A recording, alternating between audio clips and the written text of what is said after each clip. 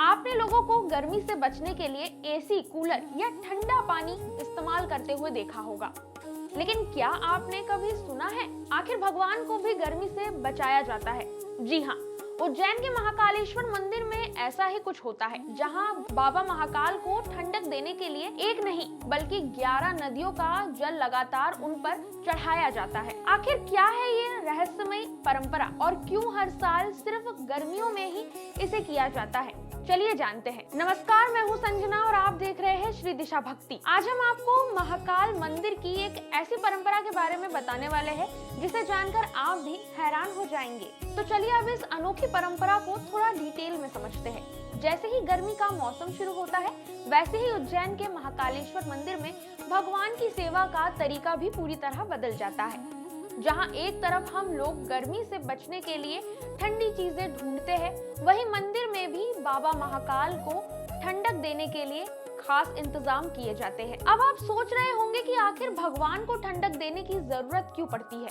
तो इसके पीछे एक बहुत ही दिलचस्प मान्यता है, लेकिन इस तक पहुंचने से पहले चलिए समझते हैं कि मंदिर में होता क्या है। मंदिर के गर्भगृह में जहां भगवान महाकाल का शिवलिंग स्थापित है और ठीक उसके ऊपर मिट्टी के 11 कलश बांधे जाते हैं। इन कलशों को गलंतिका कहा जाता है और हर एक कलश में छोटा सा छेद होता है, जिससे पानी की बूंदें धीरे धीरे लगातार शिवलिंग पर गिरती रहती है।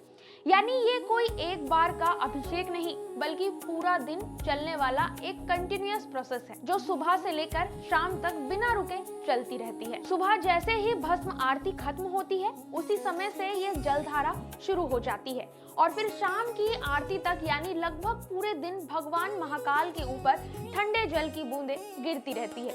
अब यहाँ एक बात और ध्यान देने वाली है, ये जो कलश लगाए जाते हैं वो मिट्टी के ही क्यों होते हैं? और मिट्टी का इस्तेमाल इसलिए किया जाता है क्योंकि वो पानी को नेचुरली ठंडा रखती है, यानी बिना किसी मशीन के पूरी तरह प्राकृतिक तरीके से भगवान को ठंडक दी जाती है। तो चलिए अब बात करते हैं इस परंपरा की सबसे खास चीज की। ये जो 11 कलश होते हैं, इसमें सिर्फ साधारण पानी नहीं बल्कि 11 अलग अलग पवित्र नदियों का जल भरा होता है, जैसे गंगा, यमुना, नर्मदा, गोदावरी, कावेरी, सरस्वती, क्षिप्रा और कई अन्य पवित्र नदियां।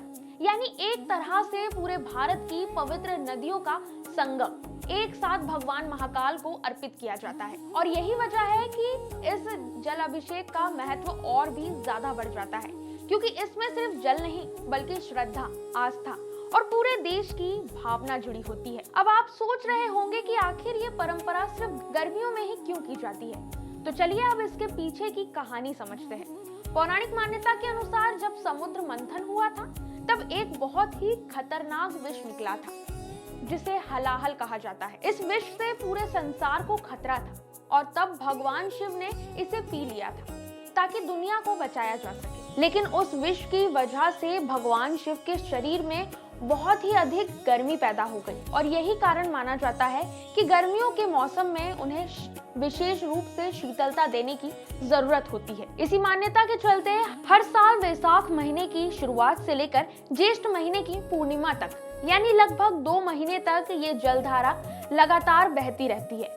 और खास बात यह है कि इस दौरान मंदिर में भक्तों की भीड़ और भी ज्यादा बढ़ जाती है, क्योंकि लोगों का मानना है कि इस समय भगवान महाकाल के दर्शन करने से उनकी मनोकामनाएं जल्द पूरी हो जाती है। अब जरा इस पूरी परंपरा को एक अलग नजरिए से सोचिए।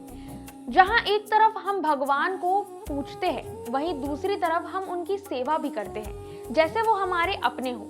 गर्मी में उन्हें ठंडा पानी दिया जाता है और सर्दियों में गर्म पानी से स्नान कराया जाता है।